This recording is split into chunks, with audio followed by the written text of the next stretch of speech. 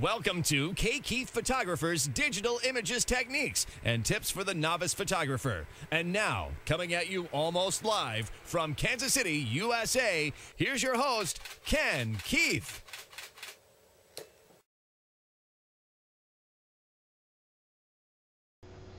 Hi everyone, and welcome back.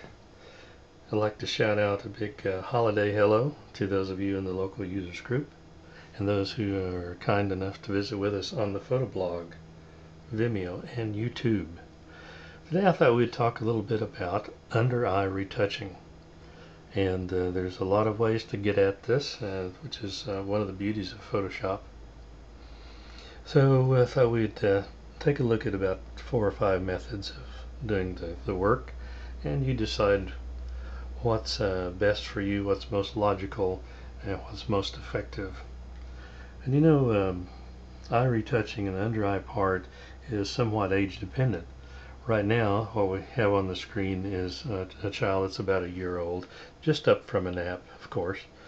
And if it's a younger person, a baby, I'm going to do a pretty full-blown retouching. After all, the flawless baby skin is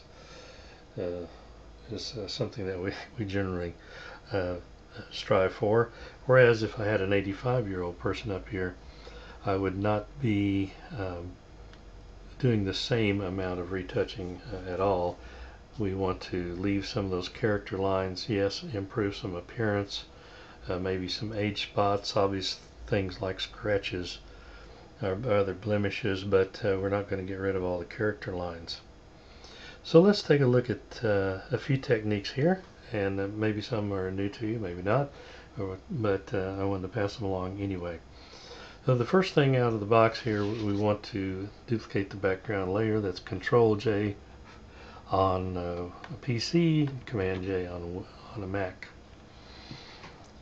Well, now that we have the spot healing brush tool and set to content aware, we can give that a try, and we're going to set our brush very soft and use it that way. We're just going to paint over the offending areas and see what happens. Pretty good there. Get rid of this dark area. See, it didn't do so well. It picked up this extraneous stuff right here. You know, and doing it there over the crease, neither one of those worked very well. Not bad here, very bad here. We don't want to do that. Scott Kelby, I agree with, in that when he does retouching, he does not use the spot healing brush tool, as the way it works. Create in some areas, if I were to take the spot healing brush tool, these little bumps here, little dark spots on the nose, generally work out quite well. You know, use it on something like a landscape to get rid of things. It's fine, but I'm glad this happened, just so that you can see that it's not a cure-all. And you know what I'm going to do. Let's start again here. And this time we're going to pick the second brush here, and that's the healing brush tool, in which we're just sampling right now here the current layer, and we're going to sample down here on the cheek. It's a very clear area. There's virtually no extra any dark colors or pores. So we're just going to go alt click there and go ahead and paint over that. Not bad in some ways, but it's left us with a dark area that we really don't want. Let's go ahead over on this side. Did a pretty good job there.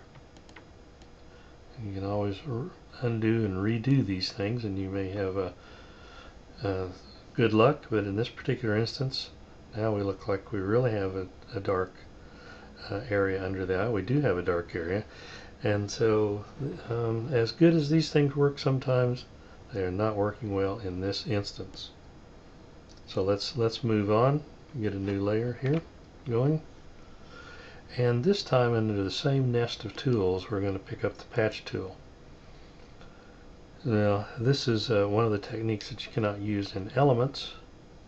You can go back several iterations in the big version of Photoshop. I'm going to paint this area and then enclose this area, the line, the bag, the dark area, and I'm going to pull it down here to this nice area of the cheek and let go. Control D to deselect. Did a fabulous job over on that side.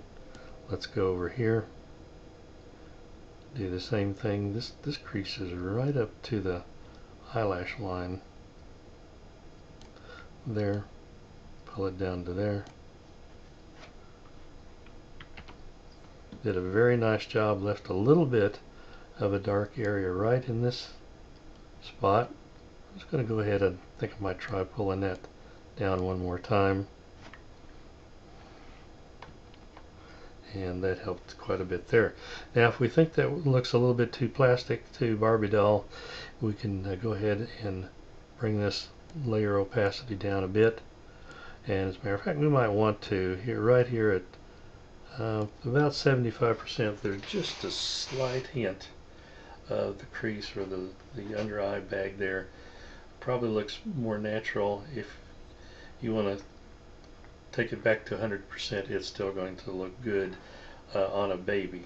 On a little bit older child, I would probably lower that opacity, and definitely so on older adults. So that worked out really nice. Let's try another technique. And this one is with the clone stamp tool. We're going to use the clone stamp tool in a couple of different ways. We're going to get that in this one. This is in the lighten mode and with an opacity of about 40%. And this is not necessarily a hard and fast number here. You can experiment around with it.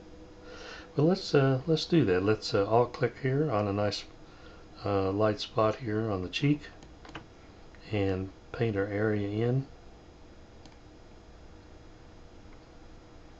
Not bad. Do it one more time maybe. Very nice on that side. Let's go over here. Another click, another pass.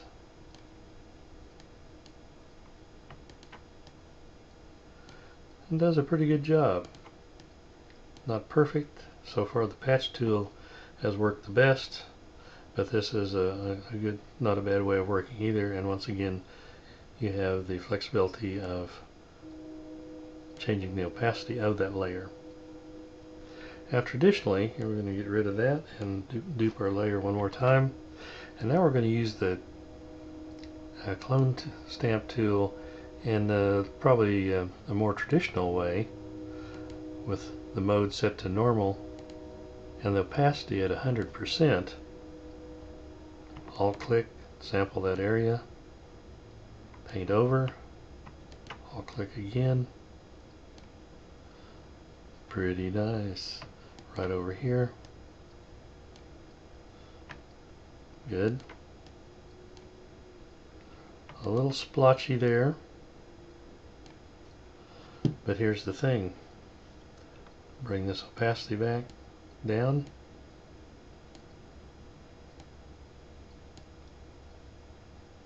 There you go. Very normal, very natural looking. So I hope you've enjoyed that. You'll determine what works best for you, both in a logical sense and in a practical sense. Obviously we saw here by design times when the tools just simply are not working as we would wish them to do, but we have all these alternative methods and we can accomplish what we need to with one of them. The holidays are rapidly approaching. I hope all of you have a very safe and happy holiday season. If we don't talk again in 2012, we hope to do so in 2013. Take care and keep shooting.